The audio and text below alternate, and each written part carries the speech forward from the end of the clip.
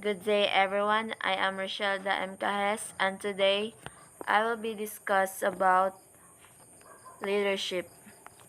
So, leadership means can be defined as the ability to inspire, persuade, or influence others to follow a course of action or behavior towards a defined goal. In a political context, this can be for good or evil, but in a project environment, it can generally be assumed that good leadership is a highly desirable attribute of a project manager. So, leadership is not the same as management. Leadership is about motivating, influencing, and setting examples to teams and individuals, while management is concerned with the administrative and organizational facets of a project or company. Therefore, it can be seen that a good project manager should be able to combine his leadership and management skills for the benefit of the project. Whether leadership is attributed to birth, environment, or training is still a subject for debate, but the attributes required by a leader are the same. So the following list gives some of the most essential characteristics to be expected from a good leader. So first is adaptability. So means ability to change to new environment or client's need. Attitude means positive, can-do outlook, optimism despite setbacks, charisma, presence and power to attract attention and influence people. Cognitive ability, ability to weigh up options, give clear instructions. Commitment means will to succeed and achieve set goals. Common sense means ability not to be hoodwinked by irrational suggestions or solutions. Creativity means able to do some innovative or lateral thinking. Drive means energy, willpower, and determination to push forward. Fairness means fair and considerate attitude to human needs and staff problems. Flexibility, will, willingness to modify ideas and procedures to new circumstances. Honesty means trustworthy, reliable, will not tolerate cover-ups. Integrity means ability to make sound moral judgments, approachable, principled. Intelligence means clear thinking and ability to understand conflicting arguments. Open-mindedness means open to new ideas and suggestions even if unconventional. Prudence means ability to weigh up and take risks without being reckless. And the last one is the self-confidence. So trust in own decisions and abilities without being self-righteous. And technical knowledge. Technical knowledge, understanding of technical needs of the project and deliverables. While these paragonal attributes sadly do not seem to be necessary in politician, they are desirable in a project leader, and in fact, many good project managers do possess these qualities, which in practice result in the following abilities. So first is good communication skills, such as giving clear and ambiguous instructions and listening others before making decisions. So good communication skills like maghatag og clear nga instruction dili nang klaro and maminaw sad sa opinion sa uban before making decisions. And the second one is inspiring the team by clearly setting out the aims and objectives and stressing the importance of the project to the organization or indeed where this is the case, the country. So, mo-inspire sa team through paghatag and paghatag sa goal of purpose, and then i-emphasize ang importance sa project. Then the third is fostering a climate in which new suggestions and ideas are encouraged and giving due credit when and where this can be implemented. So, i-promote new suggestions and ideas and then allow when and where this can be carried out. And then the fourth one is allocating the roles and tasks to the selected members of the team to suit the skills, abilities, and personal characteristics of each member, irrespective of race, creed, color, sex, or orientation. So, means give out the roles and tasks sa mga napili nga members sa team nga deserve and dili basihan ang race or lahi, grade or religion, and sex or orientation. And the fifth one is gaining the confidence and respect of the team members by resolving personal issues fairly, promptly, and sympathetically. So means na confident og respect sa mga team members through resolving personal issues, pantay-pantay, walay ipaboran o dili gaya ng issue, and responsive. And situational leadership. So, situational leadership simply means that the management style has to be adapted to suit the actual situation the leader finds himself or herself in. So, according to Hersey and Blanchard, who made a study of this subject as far back as 1960, managers or leaders must change their management style according to the level of maturity of the individual or group. So, maturity can be defined as an amalgam of education, ability, confidence, and willingness to take responsibility.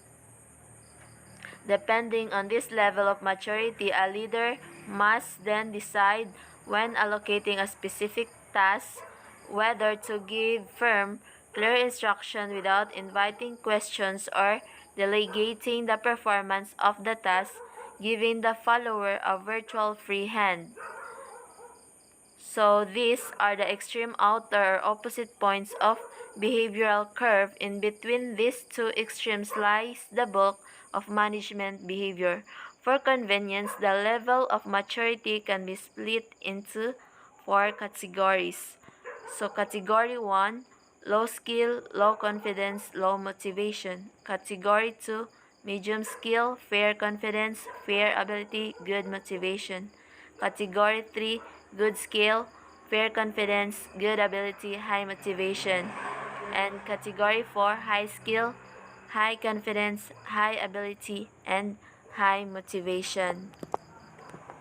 So, professionalism and ethics. So, all the major professional institutions expect their members to observe rules of conduct that have been designed to ensure that the standards of ethical behavior set out in the charter and bylaws of the institutions are adhered to. The rules set out the duties of professional members towards their employers and clients, their professions and its institutions, their fellow members, the general public, and the environment. These rules apply equally to professionals in full or part-time employment and to those acting as professional consultants or advisors on a fee basis for and on behalf of private public clients. So, contravention of this code could result in disciplinary proceedings and possible suspensions or even expulsion from the institution. Project management is a relatively new profession when compared with the established professions such as law, medicine, architecture, accountancy, civil engineering, and surveying. A standard code of conduct was therefore produced by the Association for Project Management, which sets out the required standards of professional behavior expected from a project manager. These duties and responsibility can be divided into three main categories as follows. So, first is the responsibilities to clients and employees. So first is ensure that the terms of engagement and scope are agreed by both parties. So make sure nga both parties agreed o aware sa mga event nga mo occur. Then next, act responsibly and honestly in all matters. So responsible po ka og honest sa mga circumstances. The third is accept responsibility for own actions. So dapat responsible ka sa imong mga actions o decisions. So, next is declare possible conflicts of interest. So, i-express ang mga possible nga wala ninyo masabutan para wala mahitabong argument. Then, next is treat all data and information as confidential. So, mga data o mga information dapat i-keep lang, dili share sa uban nga wala na involved. The next is act in the best interest of the client or employer. So, then where required, provide adequate professional indemnity insurance. So, provide enough nga professional indemnity insurance. Then the last one is desist from subcontracting work without the client's consent. So, dili maki-engage og lain nga work o mag part-time without permission sa imong client.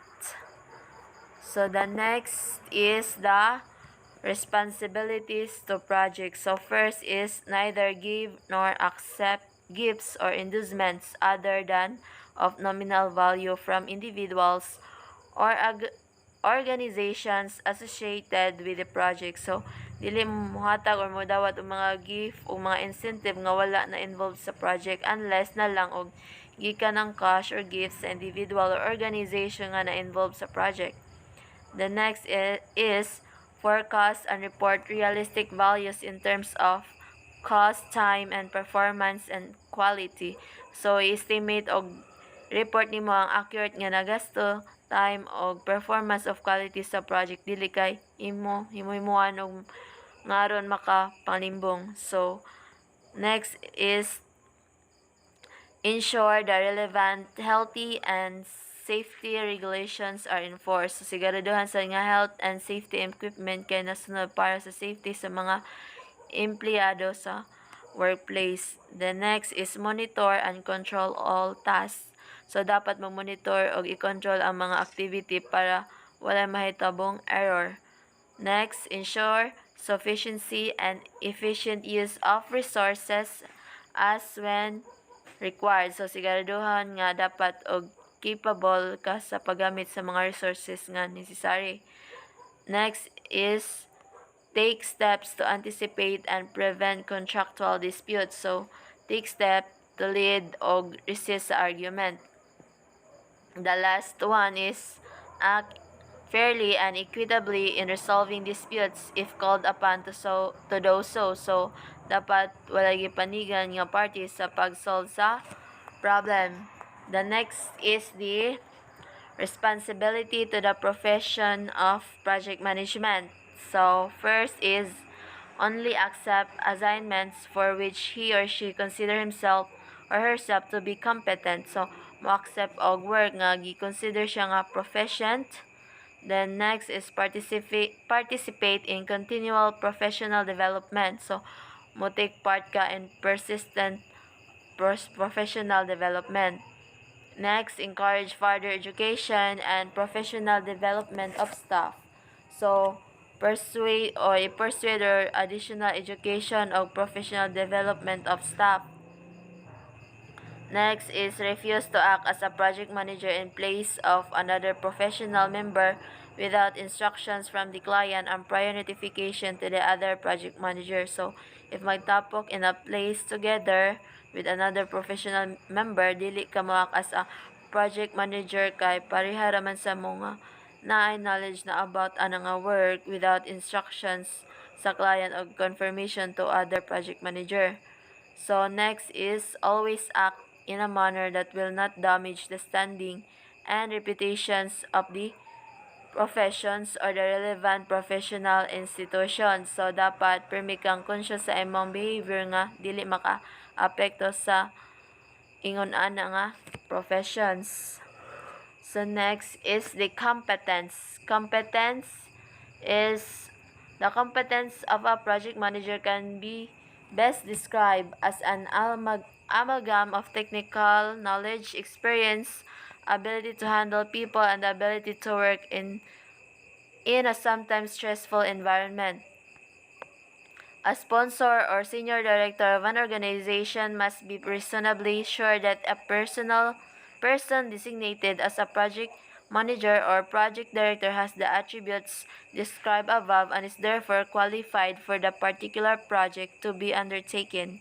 As projects vary in size and complexity, the competence of the project manager will also vary, and it is the job of this sponsor to ensure that the project manager's competent profile matches the requirements of the project. While some organizations have developed their own competence framework for their own staff, the need for a more universal set of metrics was clearly a step in the right direction so that smaller organizations with limited resources and less developed managerial maturity read. So clearly, if this monitoring takes place too frequently or too obtrusively, the confidence of the follower is soon undermined. Generally speaking, a monthly report is a reasonable method of retaining overall control, provided, of course, that the report is up to date, honest, and technically correct. So, a standard code of conduct was therefore produced by the Association for Project Management, which set out the required standards of professional behavior expected from a project manager. These duties and responsibilities can be divided into two main categories. And next is, so here are the technical competence. So technical competence concept, project successful and benefit management, stakeholder management, project risk management, estimating, business case, marketing, sales, project review, definition, scope management, modeling and testing, methods and procedures, project quality management, scheduling, resource management, information management and reporting, project management plan, configuration management, change control, implementation, technology management,